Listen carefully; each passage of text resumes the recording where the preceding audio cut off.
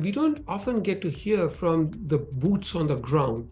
Today, I'm delighted to introduce to you Milind Chitgupakar, co-founder and chief analytics officer of Modak.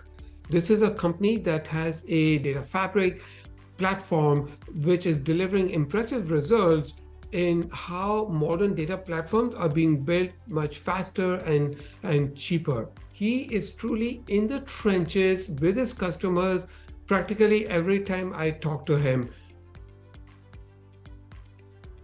So what we are doing is we are gathering data. So there is a process behind gathering the data.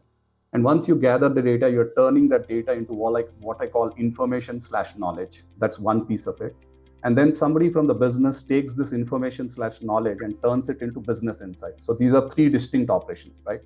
So what I feel is the gathering of the data part can still be centralized. You don't want multiple business units hitting the same operational data stores and trying to pull the same data. That can still be a data fabric implementation, which allows you to quickly discover the data, get access to the data, and then understand the data, how that is used, and also use some tribal knowledge which is behind what others are doing to that data. Then comes the part where now that I have discovered my data and I have access to my data, I want to turn that into some kind of information or data products as we call it right now. In those cases, you need that domain knowledge right now. Like the IT team or the central IT team will struggle to go and implement it. They can provide tools knowledge of how to do certain things on a tool, but fundamentally you're always collaborating with the business units to derive that domain knowledge. They have understanding of the data attributes, they have deeper understanding of the data sets and all those things, who then turn that information and the knowledge into business insights.